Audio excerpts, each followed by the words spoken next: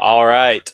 It has been a long time, but we are back with episode 7 of the Untitled College Football Podcast. A lot's changed since we've last gone live a few months ago. Most notably, your boy got married, the biggest thing. But we're not going to get too much into that. This is a college football podcast. This is what you guys are here for. But since then, there's been so many coaching changes. James Franklin at Virginia Tech, Matt Campbell takes his former job at Penn State. Bob Chesney goes to UCLA. Alex Golesh to Auburn. John Summerall to Florida.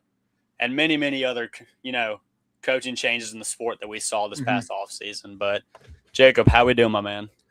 Doing good. I know I'm starting to feel the bug for college football. Like Jacob, you've been called upon. Can you not hear me? We're off to a firing start. Sorry, I'm here, by the way. I'm just retweeting all the tweets and stuff real quick. That's why I'm off camera.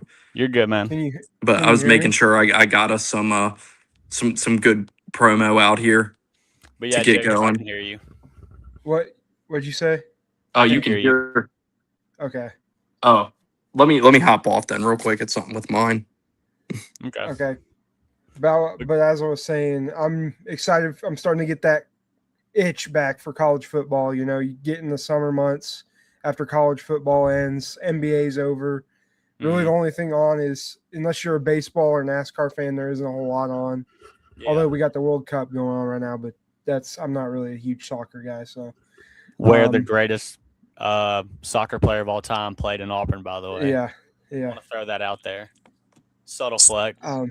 But yeah, the college football bug is starting to hit me back. I'm ready for the season to get here. And we have some big news to talk about tonight. There's been some massive stories. Do we? Yeah. I mean, just got a whole lot of stuff. Trav, what's up with you, man? I'm here, man. Yeah, it's been crazy with the obviously the Sorsby situation, which kind of prompted this. But yeah, good to be back on here. Episode 7, only about 8 months after episode 6, but yeah, there was a huge leap there. And like I said earlier, I don't know if you heard this part. Got married, so things changed a little bit. Schedule got a little tighter there with engagement, planning wedding, stuff like that. But yes, hopefully we can get this back in a routine now and get here at least going weekly. Maybe 2 times a week would be nice. But you kind of let us segue into it, Travis. Brendan Sorsby. I mean, this might be it is. I'll go ahead and say it. For a guy who's never played college football for that team, for like his program he was representing, it's the craziest thing we've heard of in a long, long time. Because here's the timeline.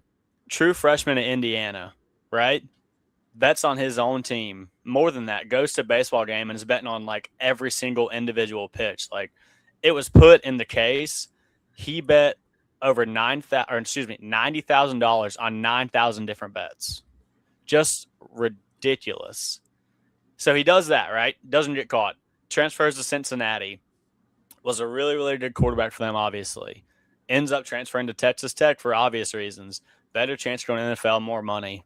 Can't hate the guy for it. But then all this breaks.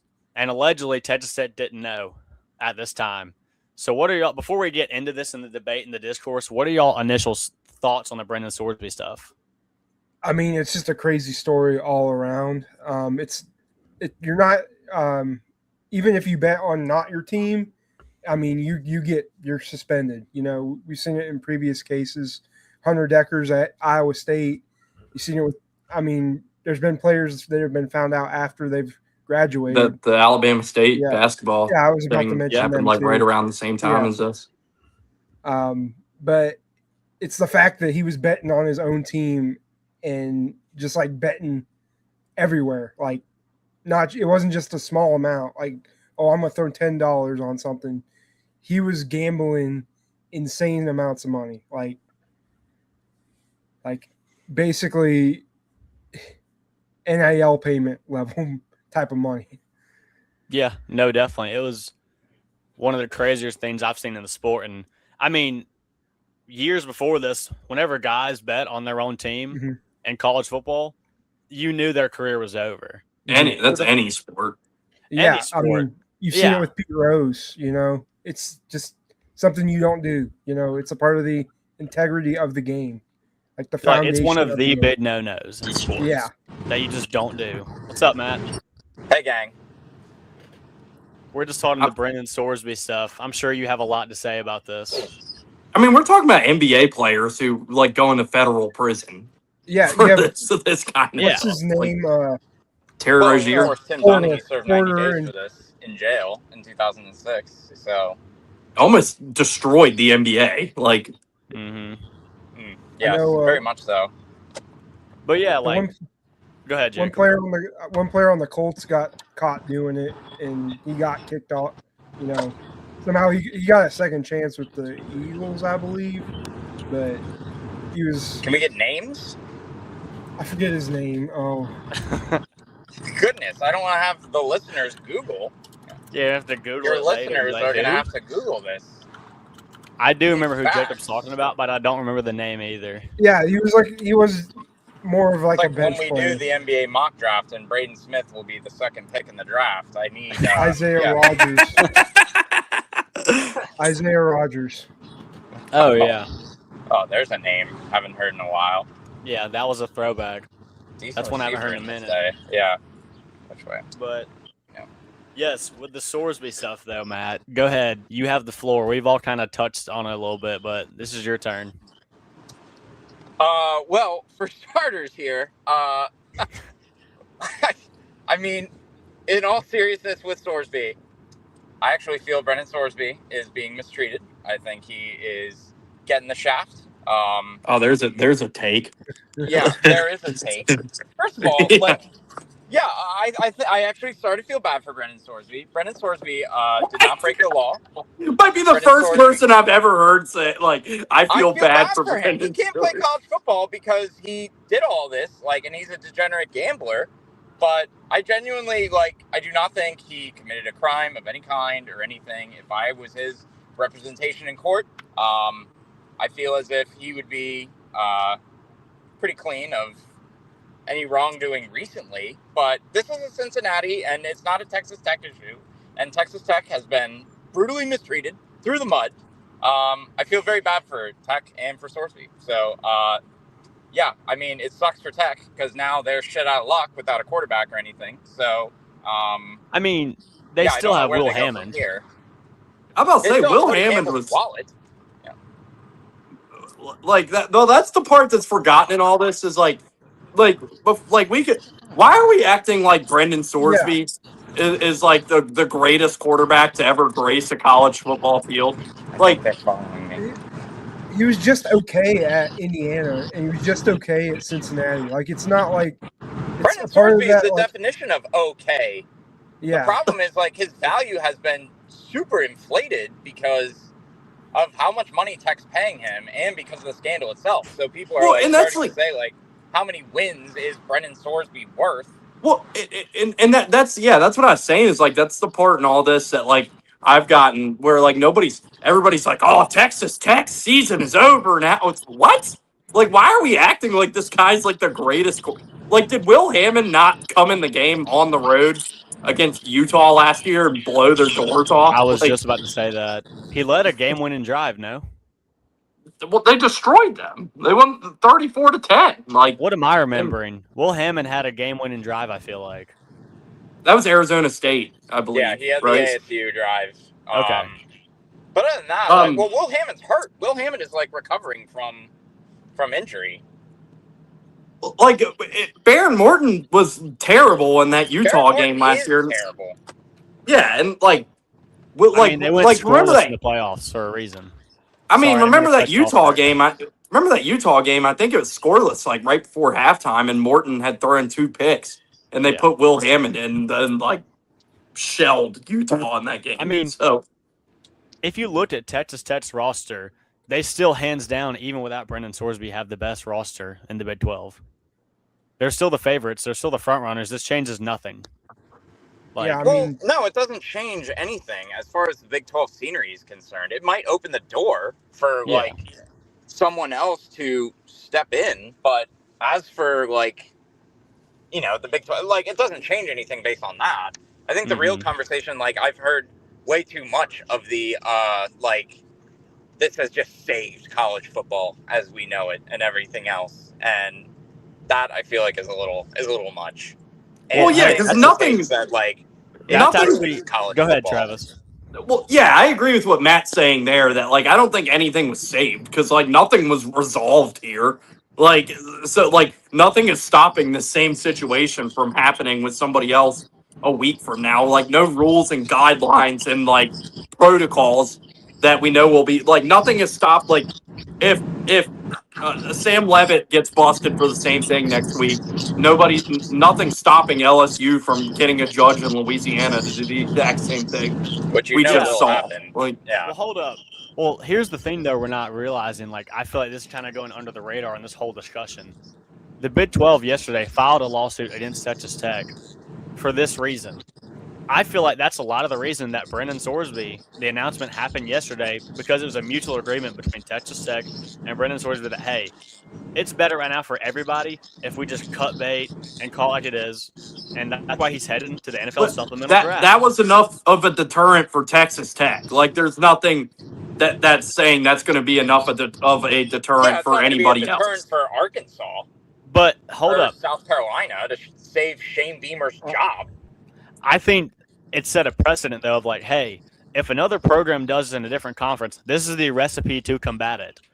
And at the end of the day, that's just the Big 12. I think it could work in other conferences, would it not? Do you think the SEC? I mean, like different situations. Alabama?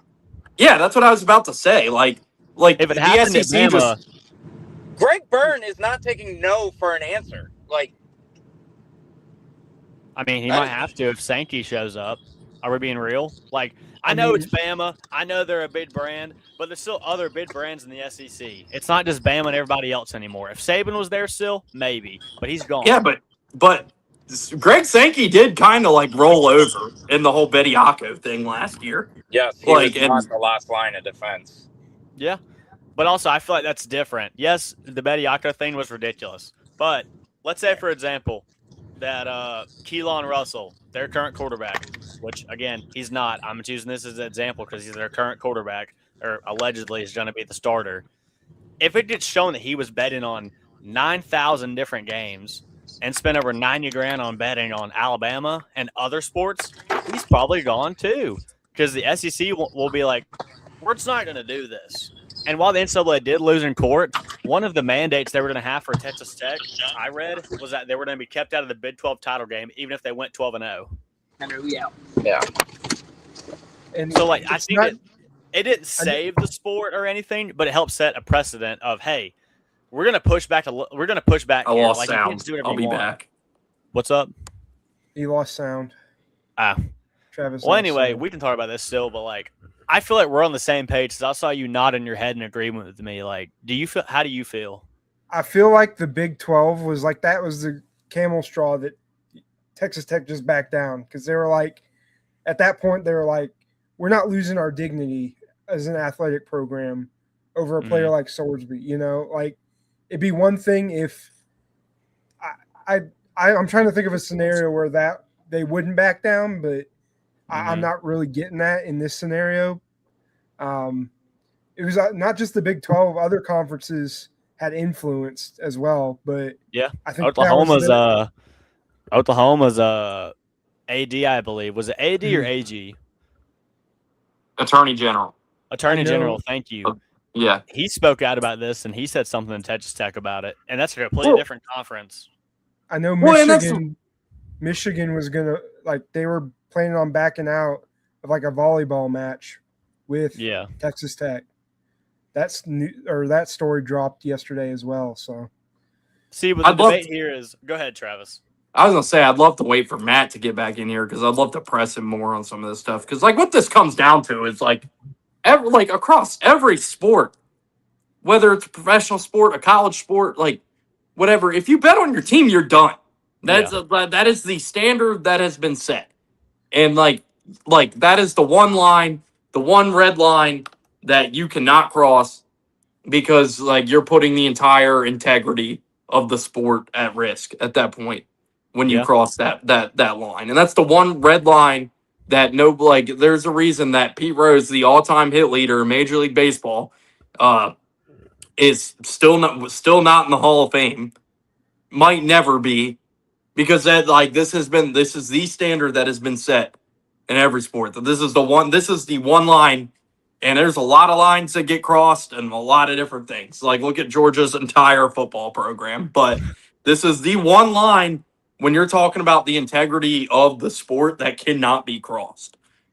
No, like you said, exactly. Like, college football now was the wild, wild west, essentially. And this Brendan Sorsby stuff just added to that to a whole nother level of, for like a hot minute there, it seemed like, okay, we're about to have a guy start at quarterback who bet on his game, his own team, amongst other things, and there's legal documented proof about it. There's a real chance he plays.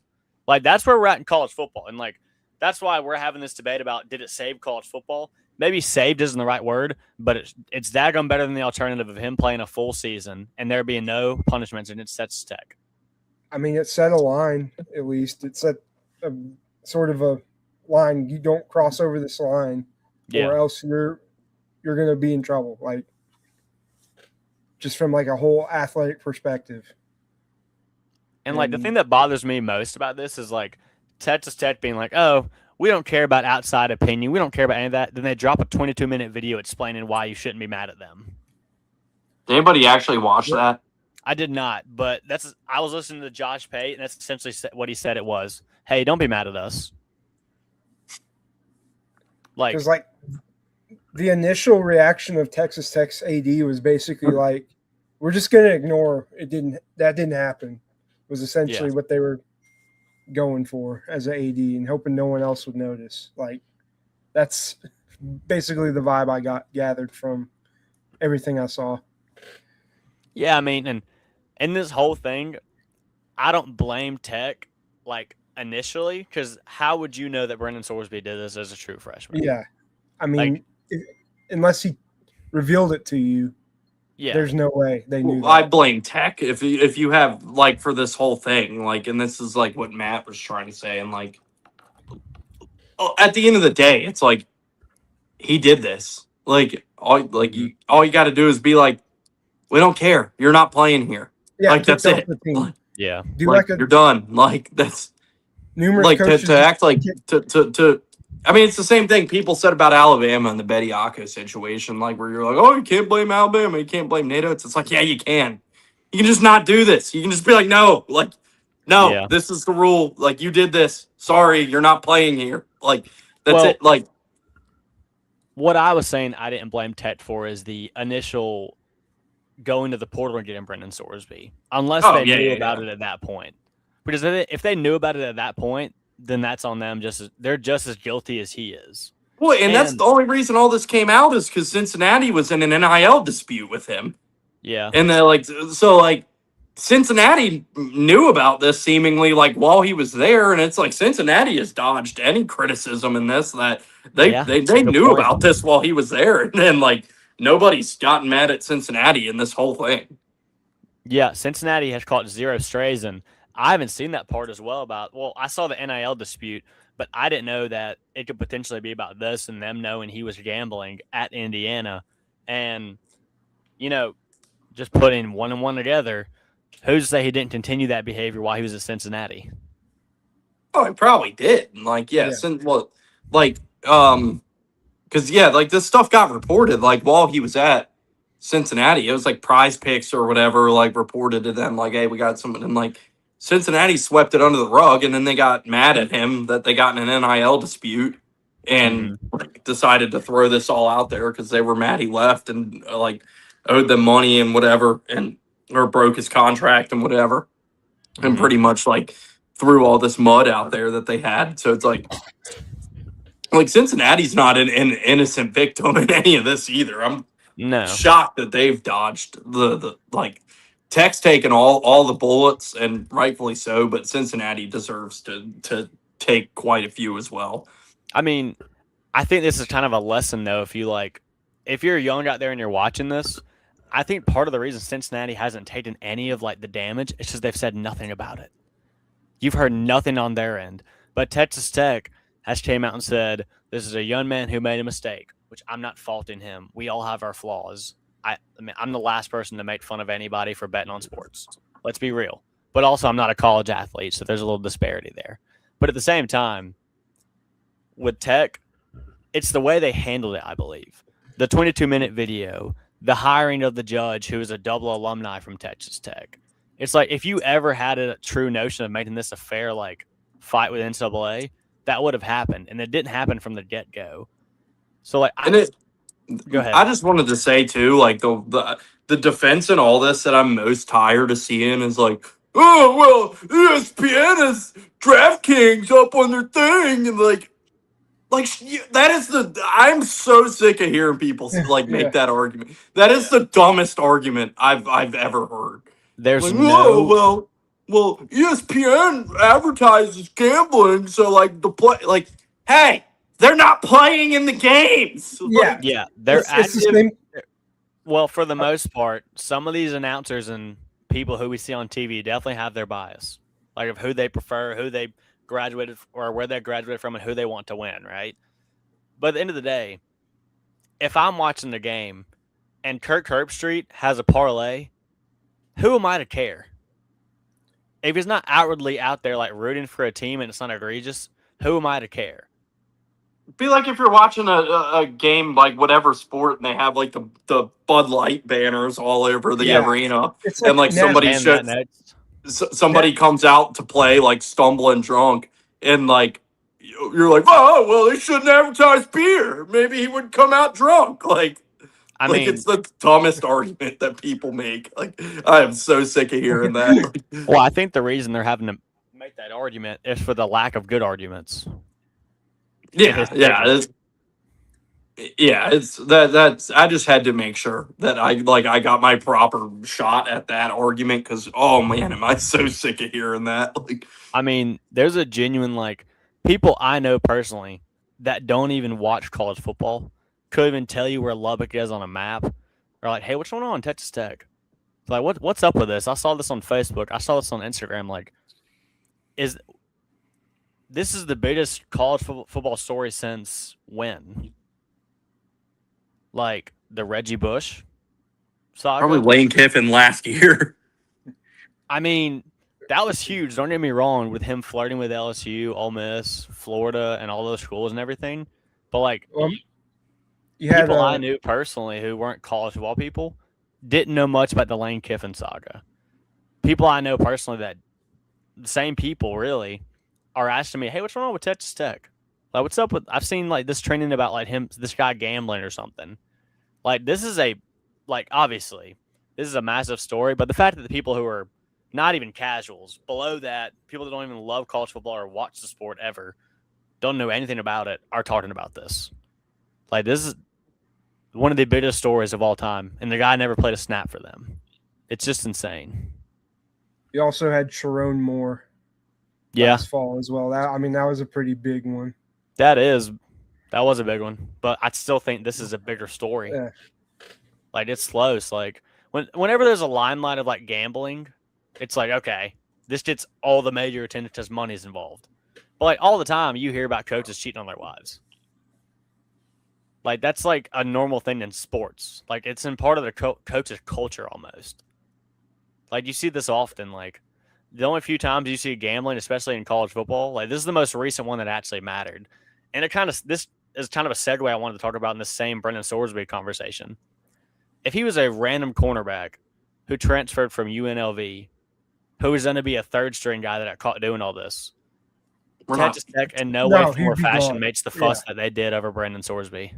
Yeah, we would have not remembered that guy's name. No, this wouldn't even be talking about right now. This would have been a nothing burger, and we'd still just be in the off season, the boring days of the off season. Yeah, I mean that's why for all that like I said, I would love. I don't know if Matt's coming back. I would love to him justifying Texas Tech's part in this. It's no, man. Yeah. Well, it's just real simple. He did this, he doesn't play. That's it. Yeah. That's the end of it. It's pretty cut and dry. But we can say on the Brendan Sorsby topic, but I want to switch to this side of things. So he's entered the supplemental draft. And for anybody watching that doesn't know what that is, it's the draft that happens after the original spring draft where guys who are eligible can enter. And here's how it works. So let's say two teams are bidding for his services. You have the Browns and the Jets, right? And it's a blind draft. So you don't know what the other team is giving up for him. So it's like a silent auction, baby. Pretty basically. much.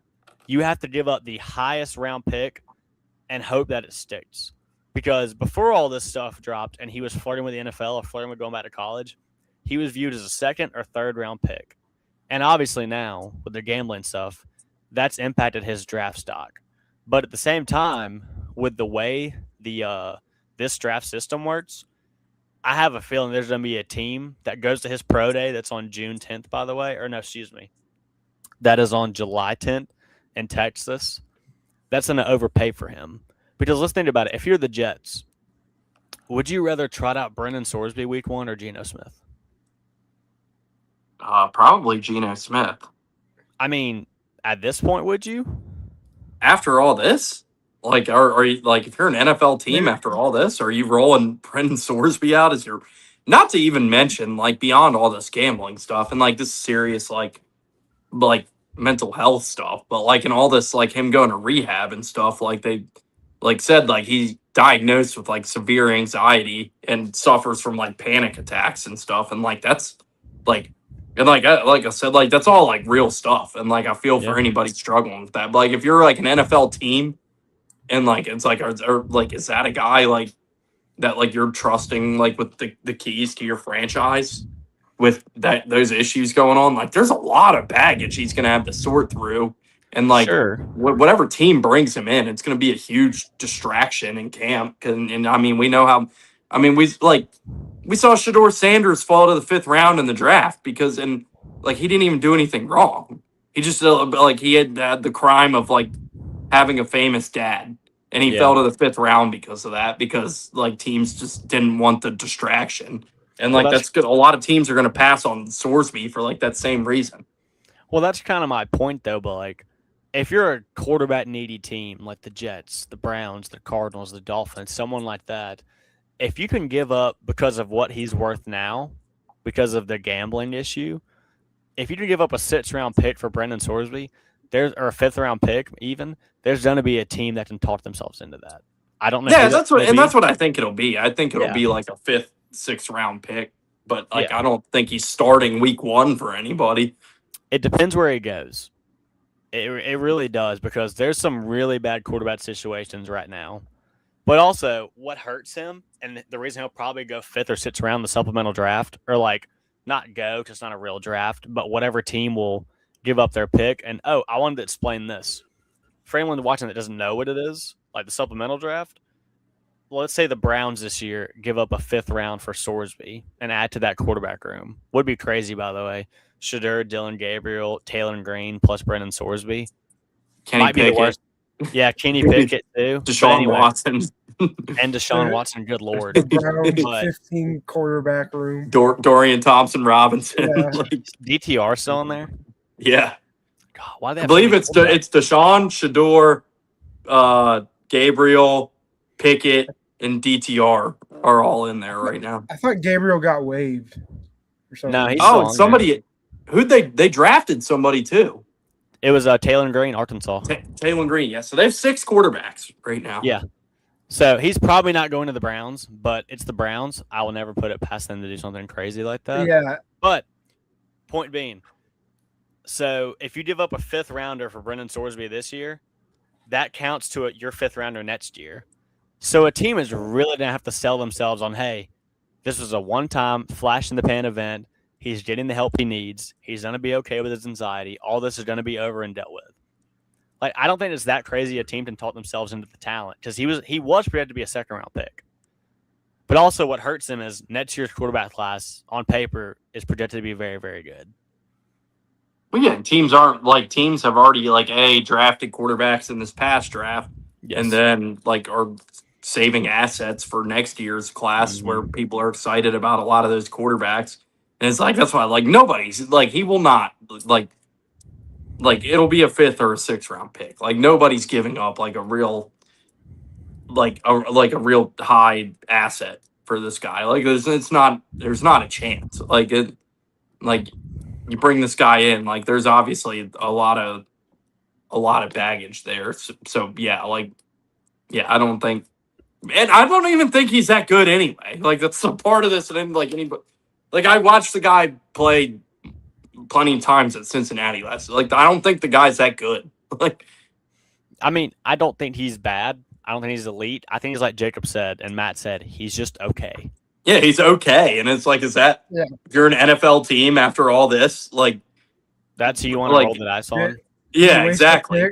You waste a pick on a backup.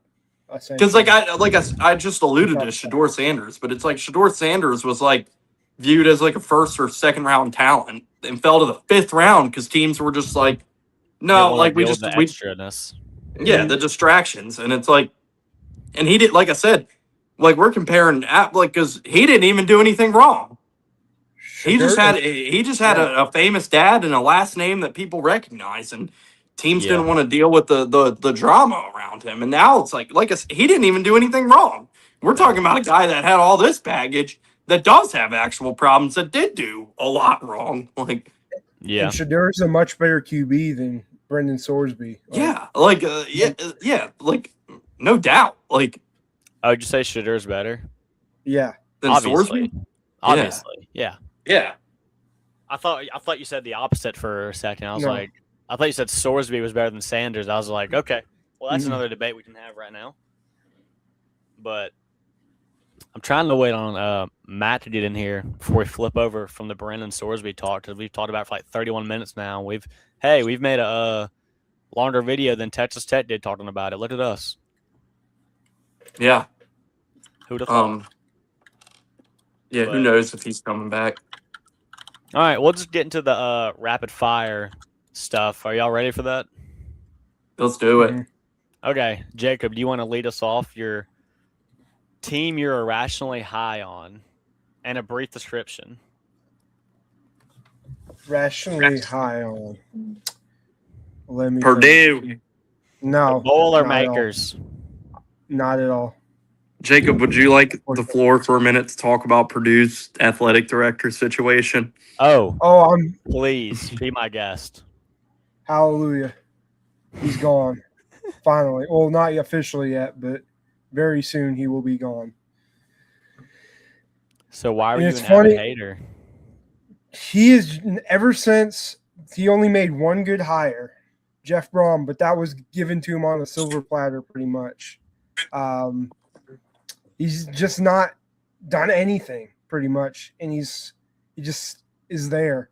Like, he's not made any improvements. He's just given Matt Painter free reign to do whatever. That's the only reason our basketball program's any good.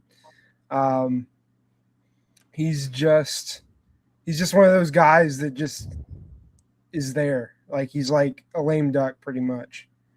And I do know before he was at Purdue, at Georgia Tech, he was known for hiding in his office. And he also made horrible hires at Georgia Tech. And he was hiding in his office? Yes, he just hides in his office, like doesn't go out to the public, do the groundwork, raise funds, Like Tom Cruise in the closet on South Park. Yeah. With NIL, he's done a horrible job with NIL. So it's what's crazy to me is like the day after, like a couple days afterwards, Purdue football got like 4-star commits, like a 4-star.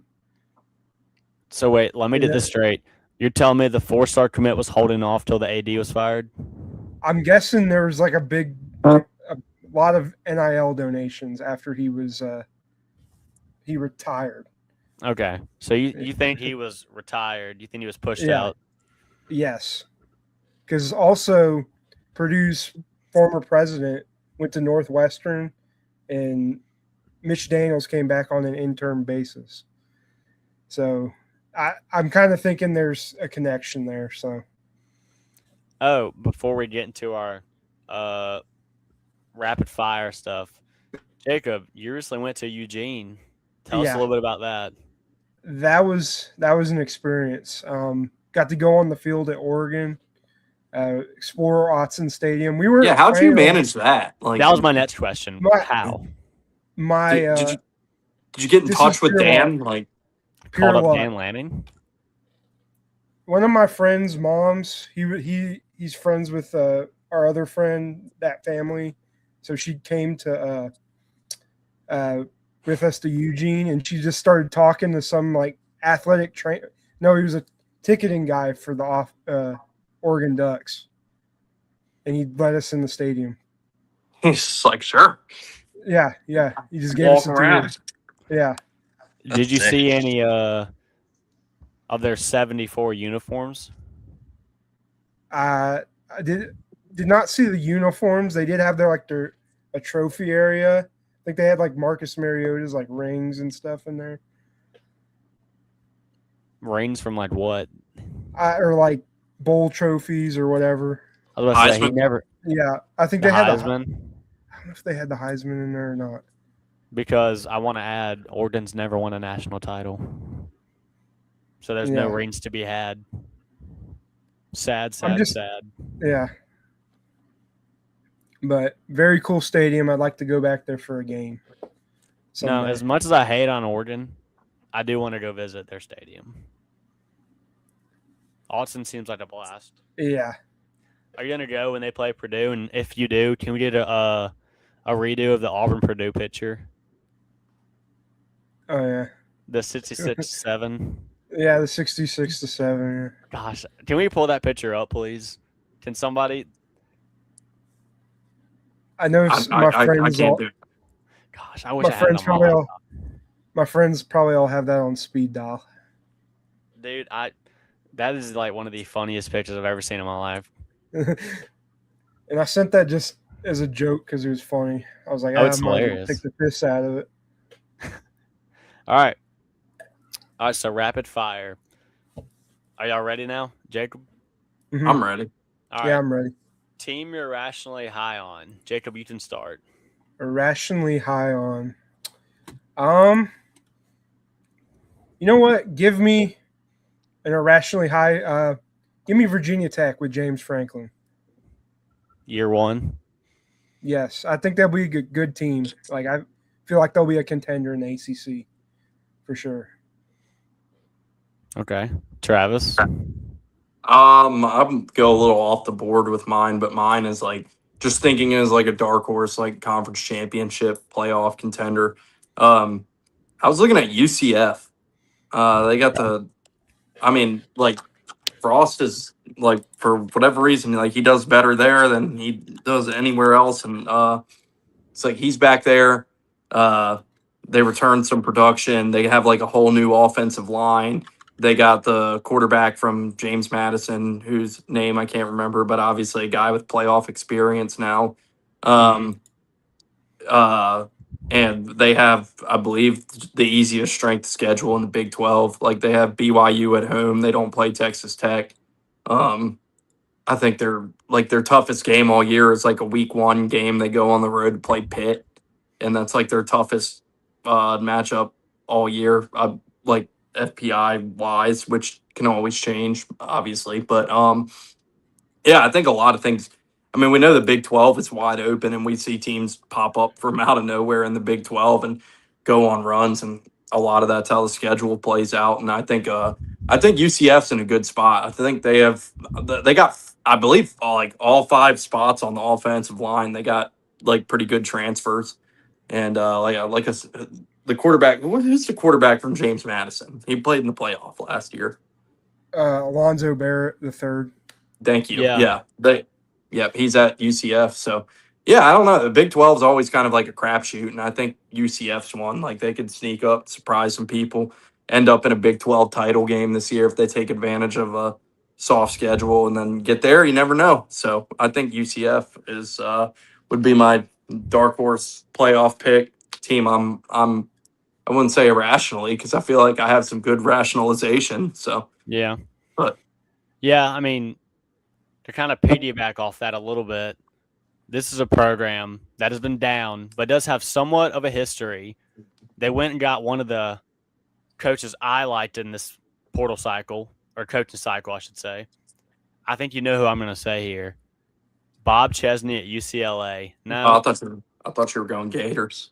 No, I liked Summerall, but I don't think that would be very surprising if he was good year one.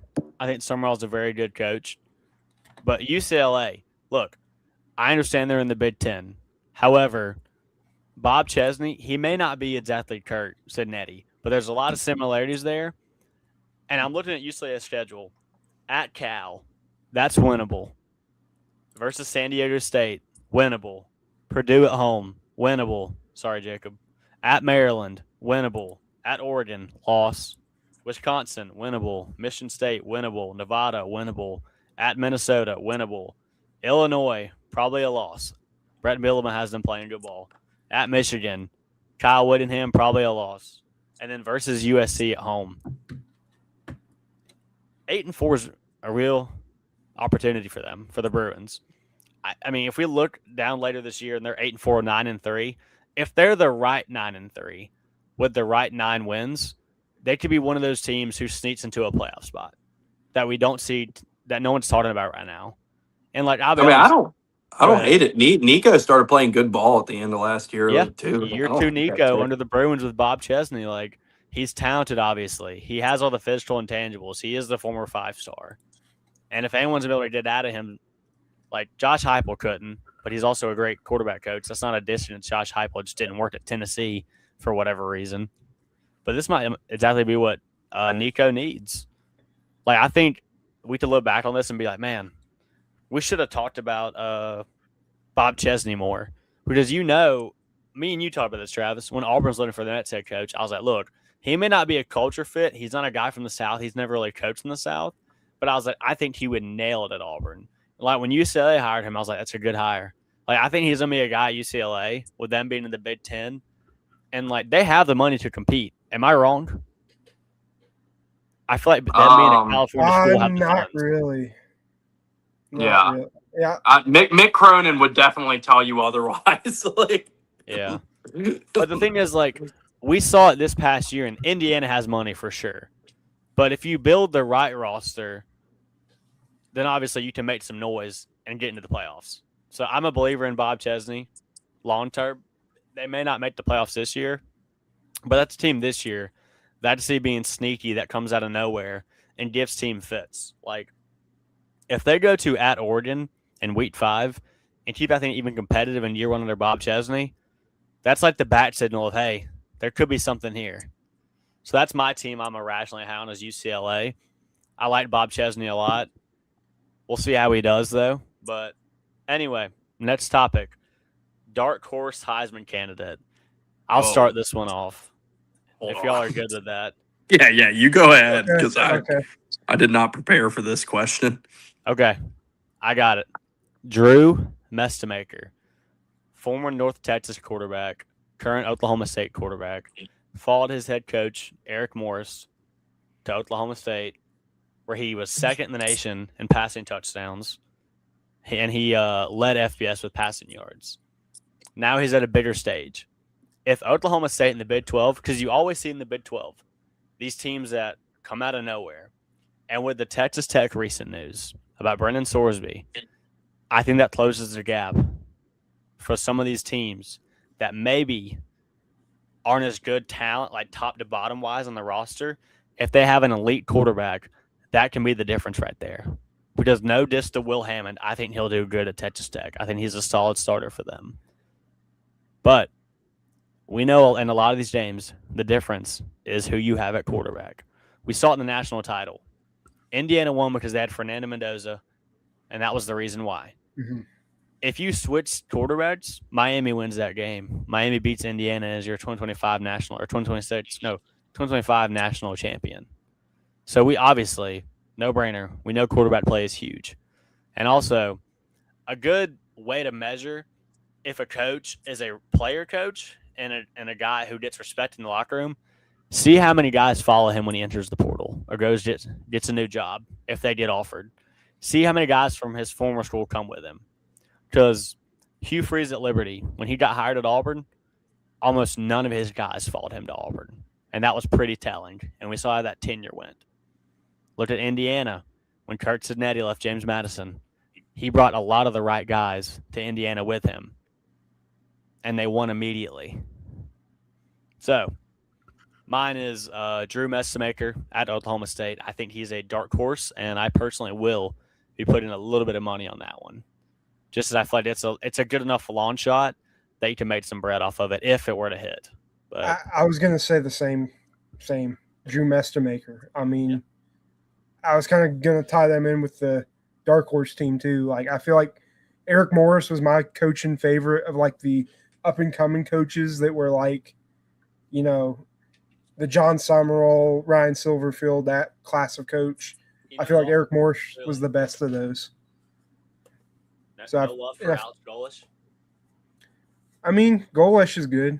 I mean, I was just kind of saying that whole class of that level. Eric Morris is probably my favorite just because of his offensive identity. And Drew Messamaker, he turned a guy that hadn't started a game since high school that walked on at North Texas into one of the best QBs in NCAA. So, yeah.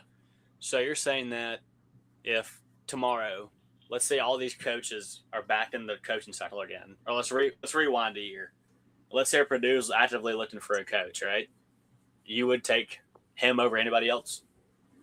Yeah, I'd say of like realistic candidates, like not talking like Lane Kiffin or anything or James Franklin. Yeah, something like that. Ooh, I got another coach I want to talk about that I think's going under the radar that I've been a big believer in, and that I wanted Auburn to consider a couple years ago. And now, Will Stein at Kentucky. Kentucky may not have the funds to keep up. Well, actually, excuse me. Yes, they do. Let me correct myself. They got a big man. Let me correct myself. They definitely have the funds. But Will Stein at Kentucky. We just saw Indiana win a national championship in college football. That has opened the door for a lot of other programs. And if we're looking historically, Kentucky may not be the greatest, especially to SEC standards, but they have a better history than Indiana does. And Indiana just won the whole daggum thing. So Kentucky, Will Stein. I'm a believer in Will Stein. Kind of the same reason you like Eric Morris. Will Stein just knows offense. He had those offenses dialing up with Dylan Gabriel, Bo Nix, Dante Moore this past year. He just gets offense. I think that was a really, really good hire for Kentucky. Was Will Stein. You got yours, Trev? Yeah, I don't know if this is enough of like a sleeper for what you guys are asking, but I haven't seen him get a lot of hype, so I'll throw it out. I'll say Bryce Underwood at Michigan. Oh, I thought you were about to say Byron Brown. I about did a backflip.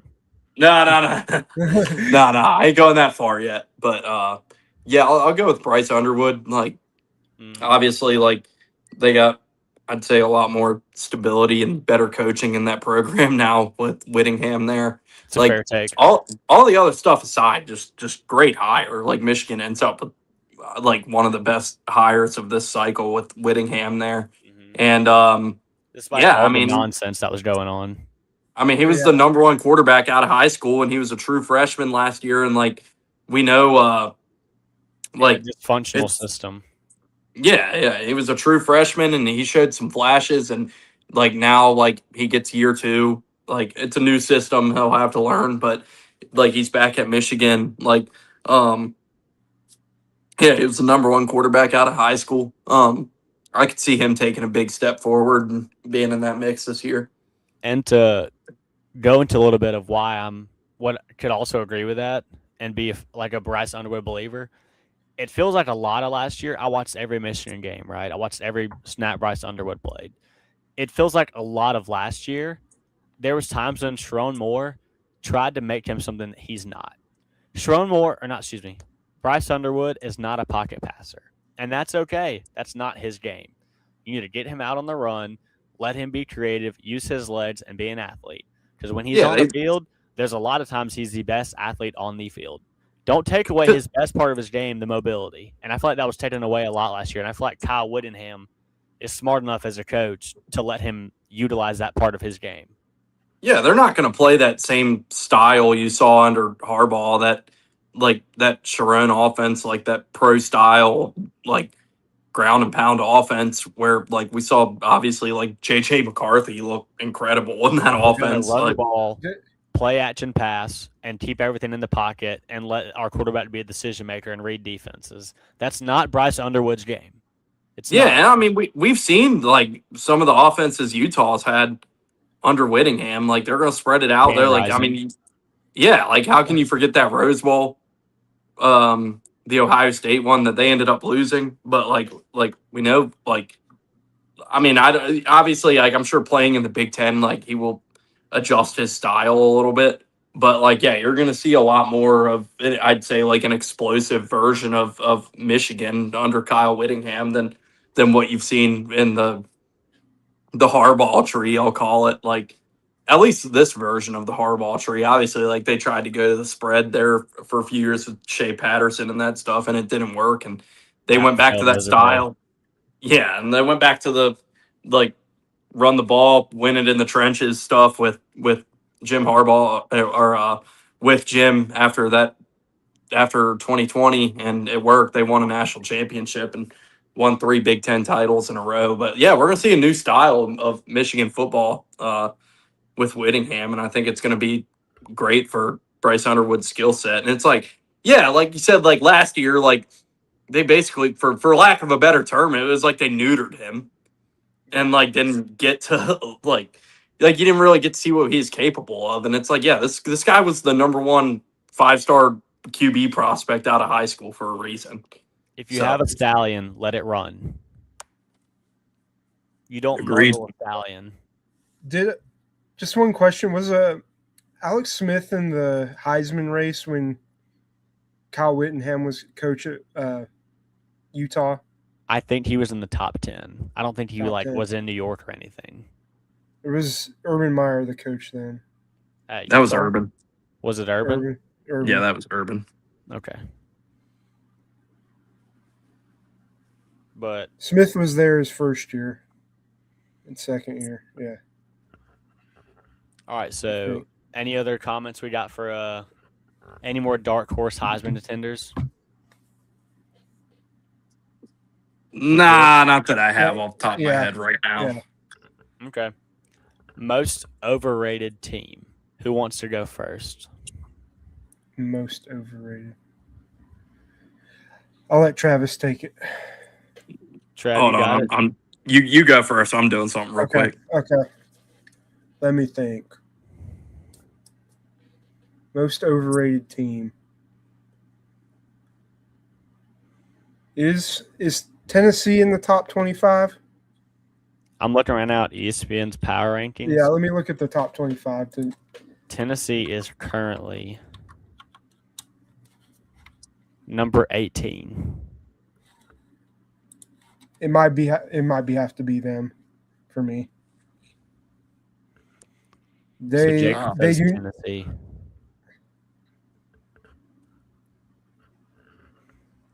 William Luke, you go ahead. I prepared a lot for the dark horse question. I did not prepare for the most overrated question. Mostly based on the fact that Tennessee, they're doing a complete overhaul of their QB room, and they don't get Joey Aguilar back, and they didn't really get a guy in the portal. They're kind of going with a young guy, and they have high-ranked QBs, but it's just going to be kind of a down year for Tennessee, I think. It could be, and I see where you're coming from, but also I kind of just have a blind faith in Josh Heupel when it comes to quarterbacks, because that's all he's shown us. Like, Hendon Hooker was incredible when he was there. Oh gosh, I'm blanking on the next quarterback they had. Help me out here. Who are we talking about? Tennessee? Yeah, it was Hendon Hooker. Oh, sorry. Aguilar? Not Nico. Aguilar. Thank you. Hey, Pearl. She's making an appearance. Pearl in her daily Untitled appearance. We need to get her on gotta get her word out. She got to get her word out. But I think I have my pick, though. I was thinking about it. Go for it. I'll roll with it. LSU.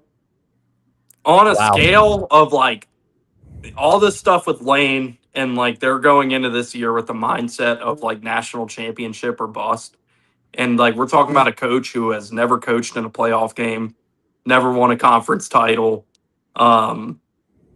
really just overrated as a coach in general. Like I mean, Lane's a great coach, but like, what has this guy actually won? Like, and like he's going to LSU with immediate national championship expectations, and really like what was kind of needed to be like a complete overhaul of that program after the Brian Kelly tenure. And like you bring in Sam Levitt, a guy who underperformed last year and has a lot of injury concerns going into the year.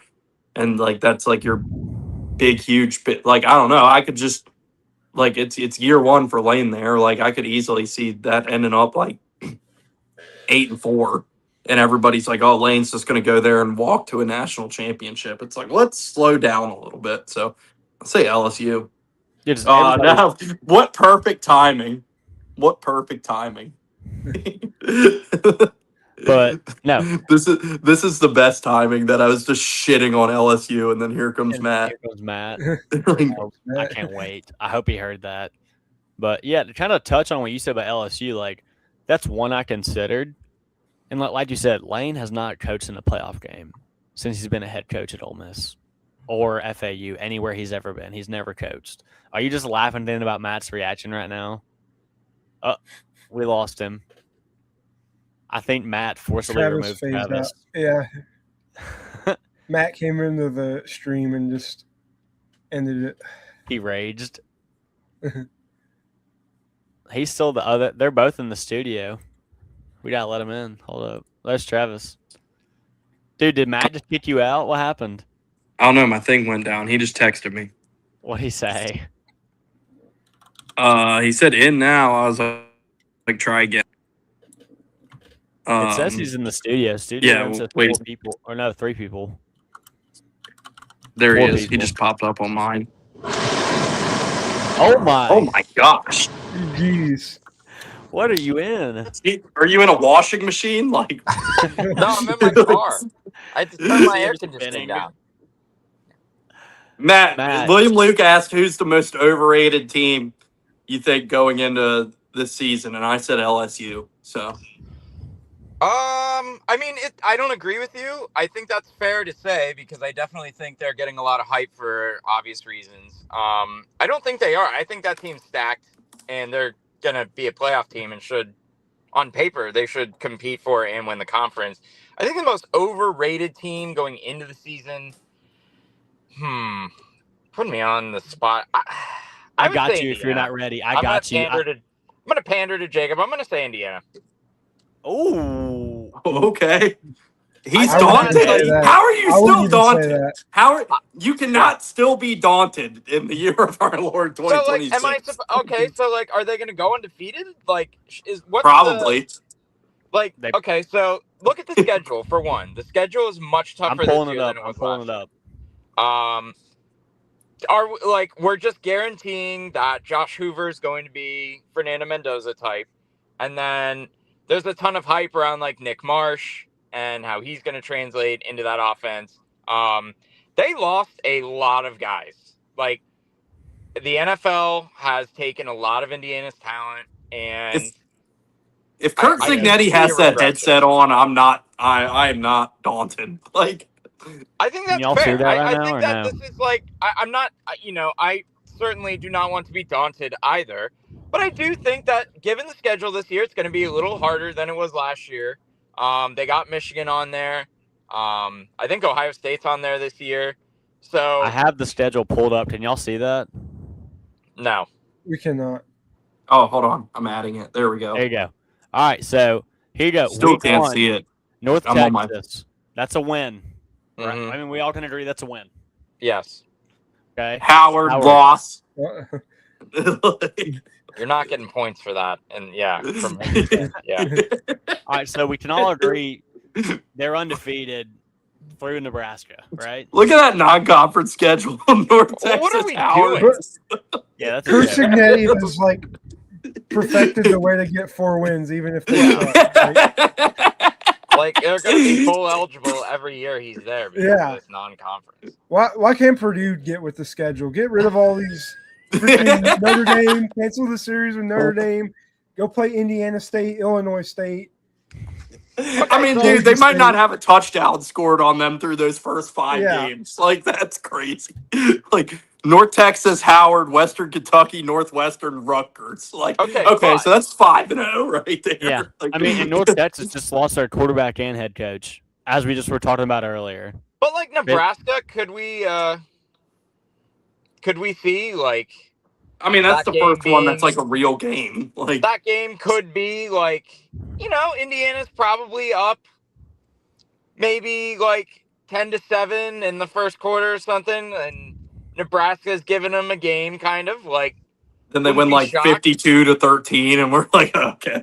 Like, well, no, Nebraska has perfected losing close games. But I would more or less say, like, they're going to drop one of those Ohio State-Michigan games. They're going to drop one of those games. So they're 11-1. Ohio State and Michigan, they're going to drop one of them. Okay, so they go 11-1 with a loss. Well, like, do we really think USC's just like a guarantee? Wait, what'd you say? Do we think USC's just a guaranteed win? I mean, not a guarantee, but if I have to pick, Purdue in Indiana. Like Purdue USC, with the new AD. Washington is not a joke of a like. They could be tested, and/or it's not like inconceivable that they would lose one of those games. I know Purdue's ready to get I'm sure they are. The bucket back. Maybe if Ryan Brown wasn't our QB, maybe. So it's kind of like, would you take like Indiana or the field in the Big Ten? Like, well, I mean, Ohio State's the favorite. Are they the favorite? I think people are still like a little drunk on the Indiana Kool-Aid here, but I'm looking right now at the favorites. I'm checking.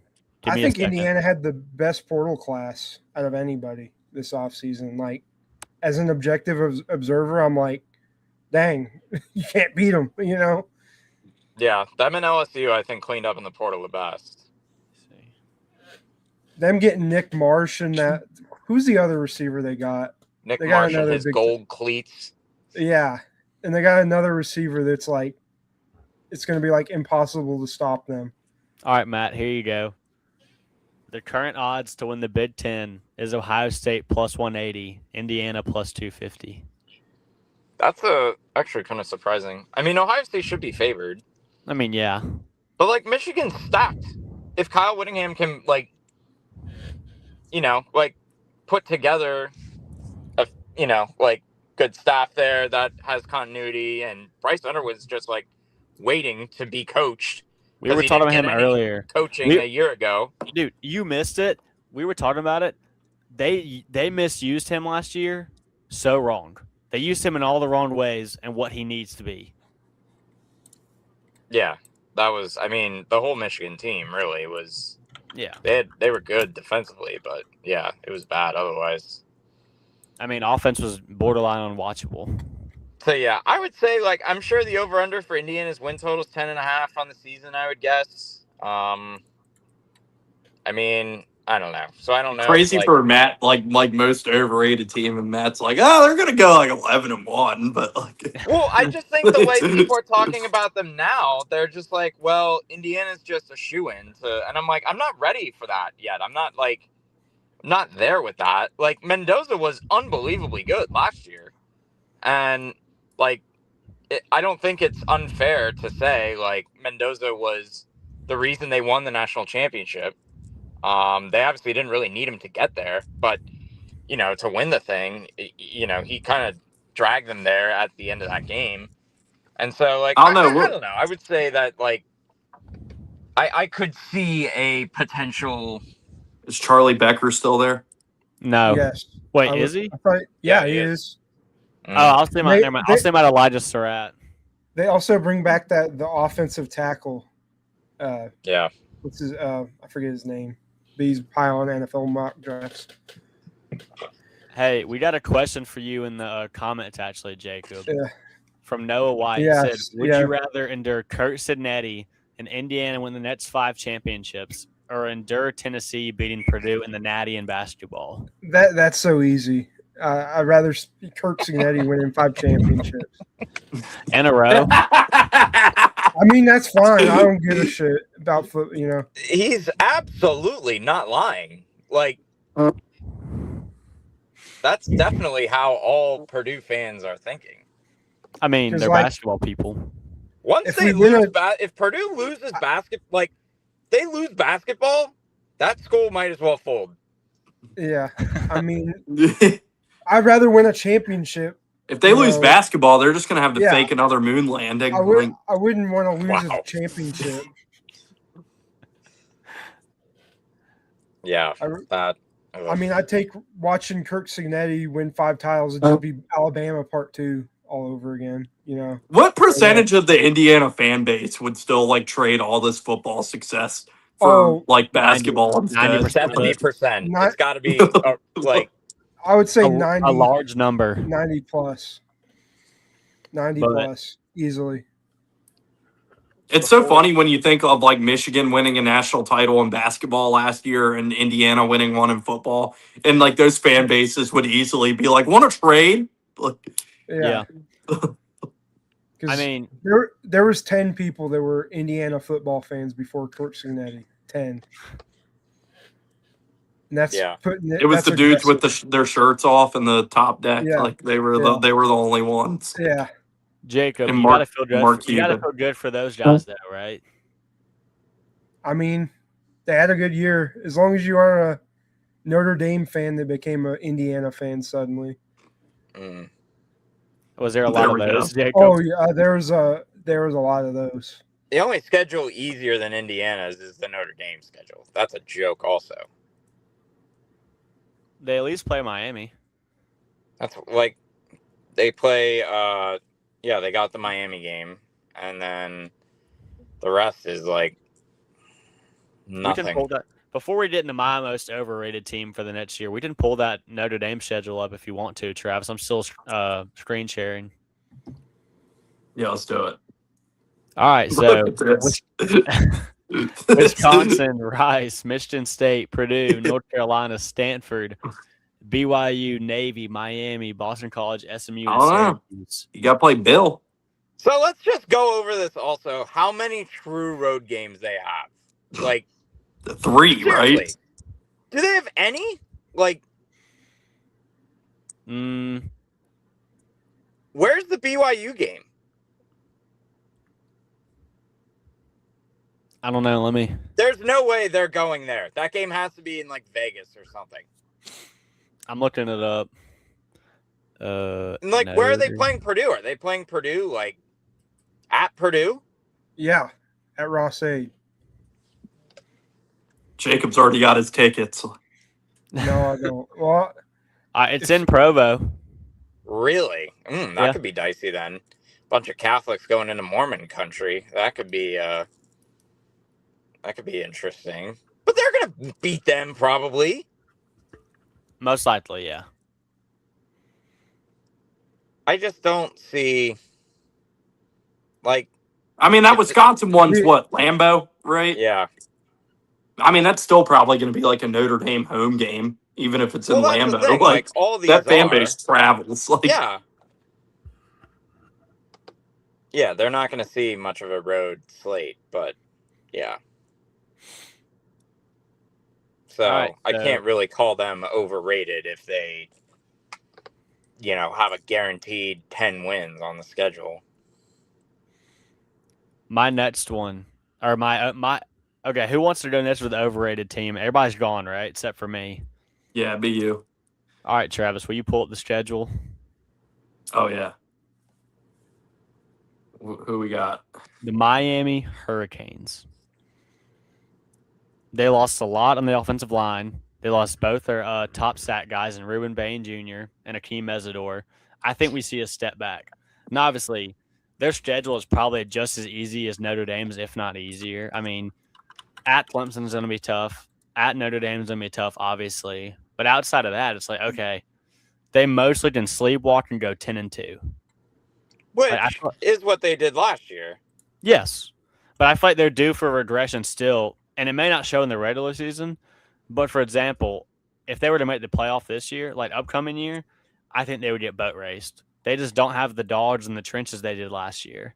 And I know they had a good portal class. And I know they recruit well in high school, but you don't recover from guys like Francis Miyagao and I probably butchered his last name, and Ruben Bain Jr. You did. It's fine. Yeah, whatever. You just don't really recover with guys like that leaving, like with Ruben Bain Jr. and Akeem Mesidor. Like guys like that just don't grow on trees. Like it takes time to develop those guys. Like Hakeem Mesidor, they got from the portal at West Virginia. Like he wasn't a high school guy who was a stick and starter, like a plug and play.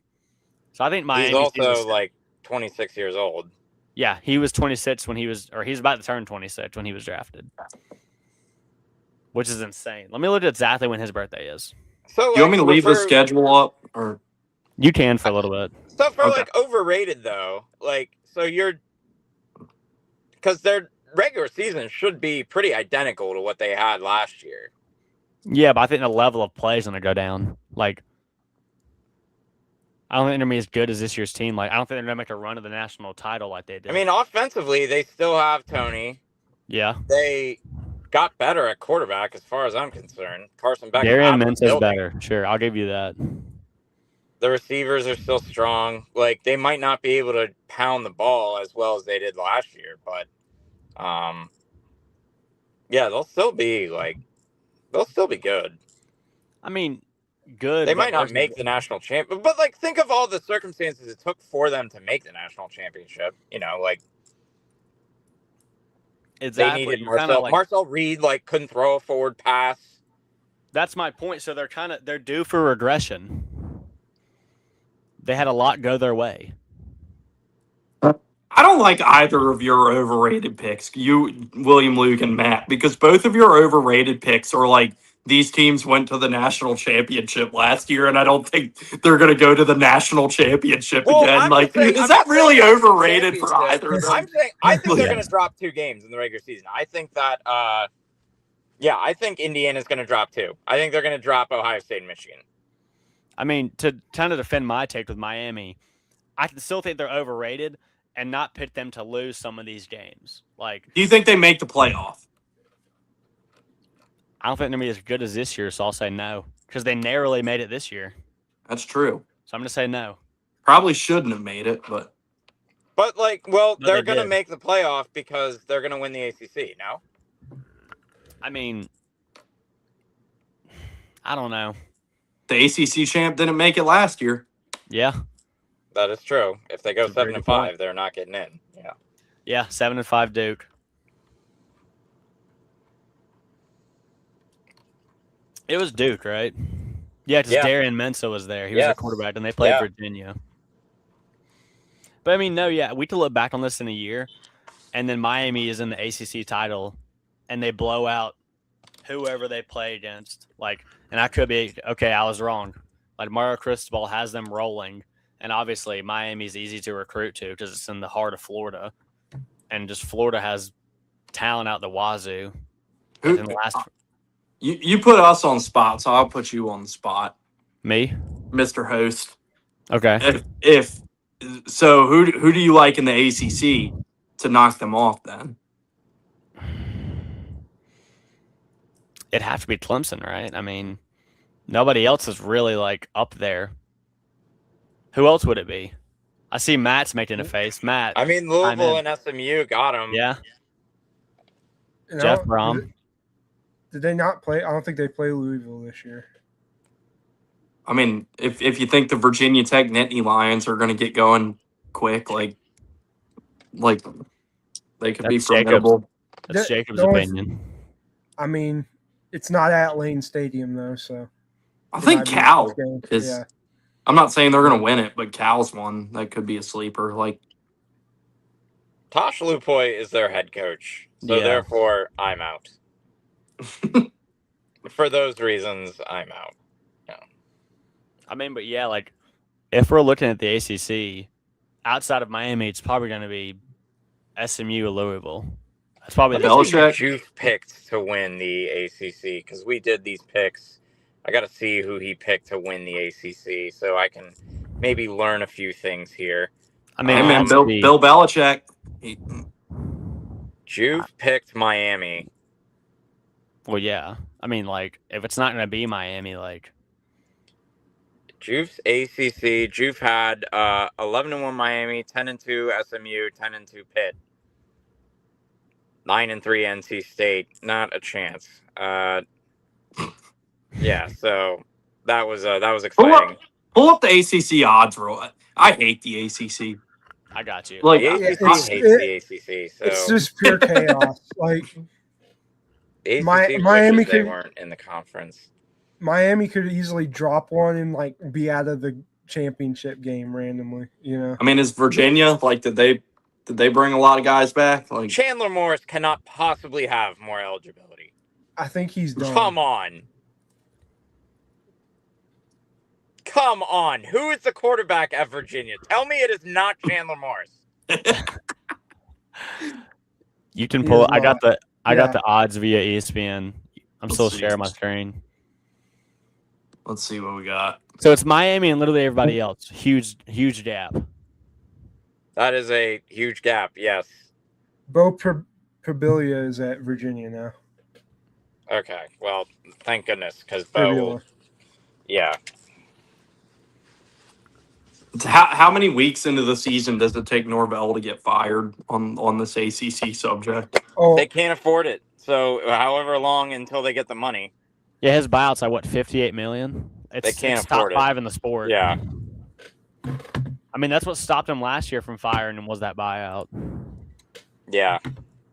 My favorite Norvell story I've heard this offseason is I was listening to I think it was like the On 3 podcast, and it was Andy Staples, and I think it was that podcast, but like he said like Norvell was doing some event and they were asking him like last year about like he gave like a bunch of like his personal money to the NIL fund, and then like they were asking him this year like how much he donated or like if he donated again, and he was like no. Like, he knows, to answer. he knows it's over. No, he straight up said he didn't. Like, like he knows it's over. I mean, he probably if he's the head coach at Florida State, he's obviously a pretty smart guy. Gonna go out on a limb and say that. He knows. Like, another bad year. Like, let's pull up their schedule. I don't even know how hard it is or whatever, but like, I kind of want to know what we're dealing with here for Florida State. Here, I'll be back. Hold on. Ashton Daniels. Yeah, I forgot. Oh my gosh. My sound went out again. I'll be right back. Still better than problems when DJU. people leave. I mean, yeah. I mean, DJU is terrible. I mean, Yeah. But all right. So Florida State's schedule: New Mexico State win. I mean, it's not the world's toughest, but like by ACC standards, it's not easy by any means. Like you have SMU, you got to go to Bama, Virginia, at Louisville, at Miami, Clemson, and then the final week of your rivalry game against Florida. And who knows where John Summerall will have them by week 12. So, yeah, I mean, we're looking at here maybe 1, 2. There's 2 definite wins on this schedule. Like, it's New Mexico State and Central Arkansas, and that's it. Those are the 2 for sure wins. The rest are either toss-me-ups or automatic losses. Like, there's a real chance they go 2-10. Hey man, Ashton Daniels looked pretty good at the end of last year. He didn't look bad in the Iron Bowl. I'll give him that. He didn't look bad, but it's like, dude, again, that Vanderbilt game, man. He did play well. Granted. But still, like, I don't know. I mean, I'm not a believer in Norvell. I don't think it's hard to see. I mean, they're 7 and 17 in their last 2 years since they almost made the playoffs and should have. But it would be the most Auburn thing ever for us to go 5-7 and then like Ashton Daniels to win the Heisman Trophy this year. Yeah, I mean, he takes Florida State to be undefeated and they win the ACC, and then Auburn goes, yeah, like you said, 4-8, 5-7, and yeah, that would be very Auburn being Auburn, Jabba, just Auburn being Auburn. That would be the most Auburn thing ever. Do you think Jake Dickert builds on his great first year at Wake Forest? I mean, I'm not going to sit here and lie to you. I don't watch much Wake Forest football. Is Robbie still there? Robbie I believe he Ashford? graduated. Oh, man. He actually played well for him last year. Like he did. Wake Forest had I know last year they had Jake Dicker had the most wins of any first-year head coach at a new school.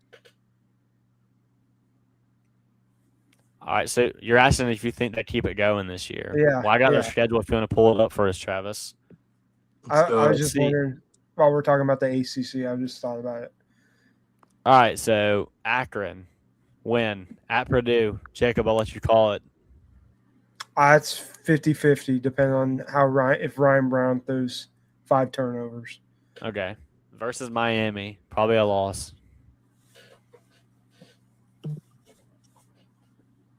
Right? Yeah, I mean, it'd be a loss to Miami. All right, at Louisville, probably another loss. Just depends on. I could see that one being like a 50-50 ACC crazy game. Yeah. All right, Stanford. I'd say a win over Stanford. At NC State. Win. I'll be right back. I got to use the bathroom. You're good, bro. We're about to hop off in a second anyway. Yeah. All right, at Cal, probably a win. Yeah, I'd say it's a win. Versus Virginia. 50-50. I'd say that's a 50-50. Yeah. Merrimack. Of course, a win. Yeah. At SMU. I'm going to say that's a loss. Yeah, I'll say that's a loss. At Georgia Tech, probably a loss. I think they win that one. Okay. I like Brent Keys a lot, so I think that he'll win that one. We'll just see how their new team looks. Yeah, they got a lot of new faces up at Georgia Tech, so you're right. You never know. We'll see. And then final game, Duke. That's a win. I mean, yeah. But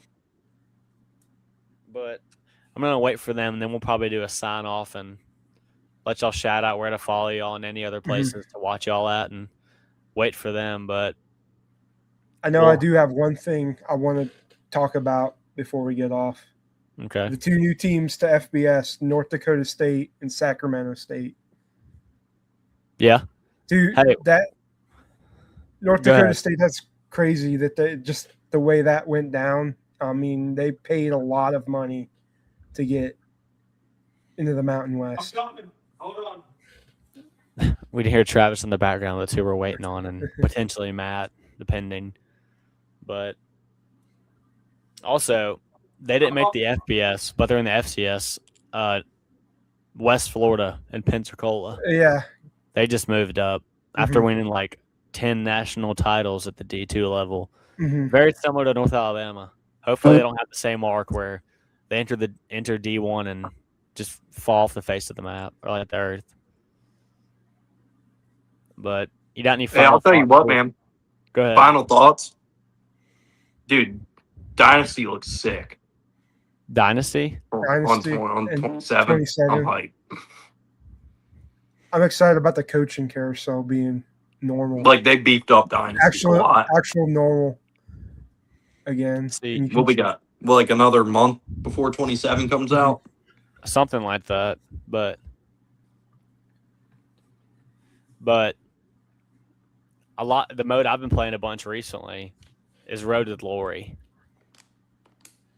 I've gotten on a grind. I used to be like Ultimate Team only, and then I did a little bit of Dynasty, but now I'm on Road to Glory, and I'm currently a quarterback at USF because I had another build, but then I went to Tennessee. So I was like, it says I'll be a starter on here. They lied to me. They had Rocco Beck starting over me. I wasn't too happy about it. Oh, cool story about the video game, by the way. Did you guys see? So they announced last year that like teams would get like NIL kickbacks based off like how many people like used them in the game and stuff and used them in modes. And like Delaware did like a promotion where if you won a national championship with them, like you'd be entered for a chance to like win like a VIP trip for a game and stuff. So like a lot of people used them, and like Delaware ended up getting $12 million in NIL kickbacks for people using them on College Football 26, which for like a program like Delaware, like $12 million, like that's a lot. That's groundbreaking. Funds their roster. Yeah, I thought that was pretty cool. No, that's super sick. That's like genius. Like, why don't other programs do that. Oh yeah, I'm sure you're gonna see schools hopping onto that this year, especially like and you got like new teams in the game this year that a lot of people will be using, like Sacramento State and North Dakota State, I believe, are the two new ones. So Hey, like West Florida and Pensacola, they're D1 now. FBS? FCS. Well, FCS, I mean, but they might be Oh. FBS soon if they keep going the way they are. yeah, but down the road, West Florida. Yeah. Hopefully. I can't hear Jacob. I can hear him. Can you, My things. I'm sorry. I've been having issues with my thing all night. I'm gonna get out and rejoin again real quick. All right. But I believe actually Noah had a question. He said, Clemson or Florida State have a bounce back year? Clemson's easier. Yeah. Clemson has an easier path. They have a better head coach and a better program, so that's an easier path. Florida State, probably not. This is probably Mike Norvell's last year in Tallahassee. So he's probably out after this. And looking at all these jobs that could be opening up with like in this coaching cycle, like Florida State's going to be open. Depending how Bill Belichick does, North Carolina could be open. Sorry, Travis. Mississippi State. I think we're having technical issues with Travis. Wisconsin. Wisconsin, yes. Another big one. If he has another down year, South Carolina, Shane Beamer could be shown the door. Shane Beamer sucks.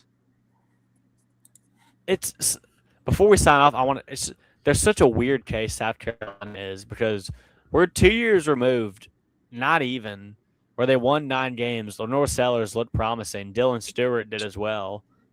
And they won 9 games and were this close to making the college football playoff. Like, what happened? What's so wrong? Shane Beamer. What's so wild to me is, like, this has happened at South Carolina with multiple coaches. Like, they have, like, an insane year, good year, and then just completely fall apart.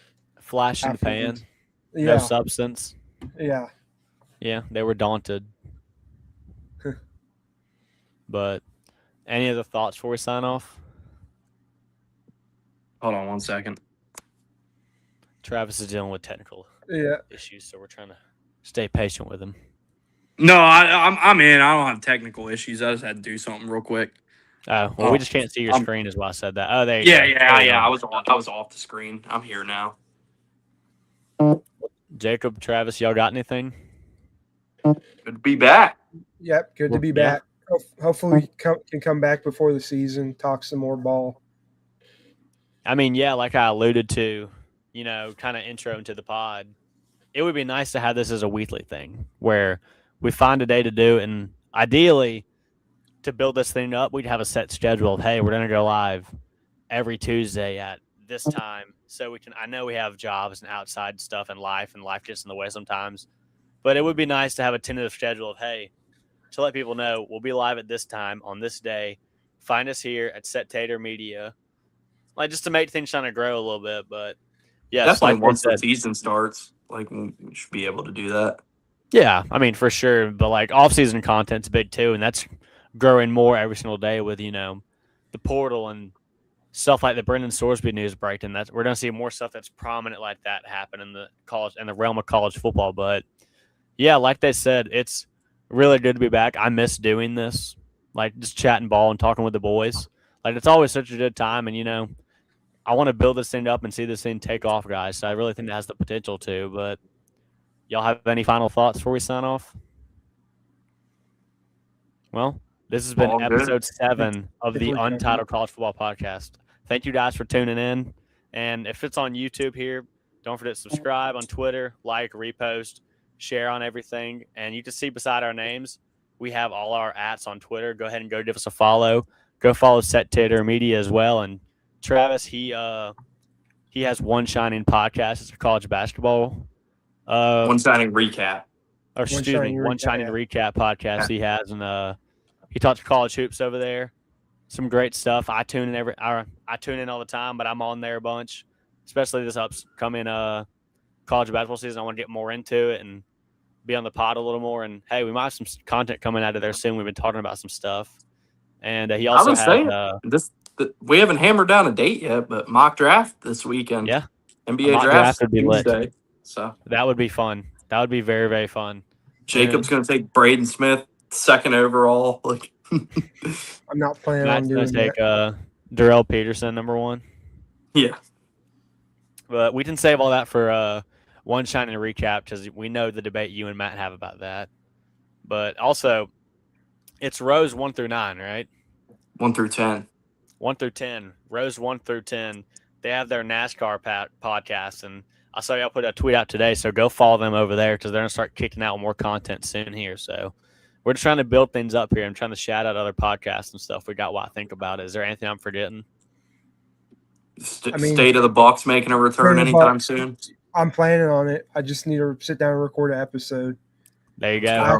Actually, I'm gonna talk to the team a little bit. Talk to Brooke Savage in a couple weeks. That's cool.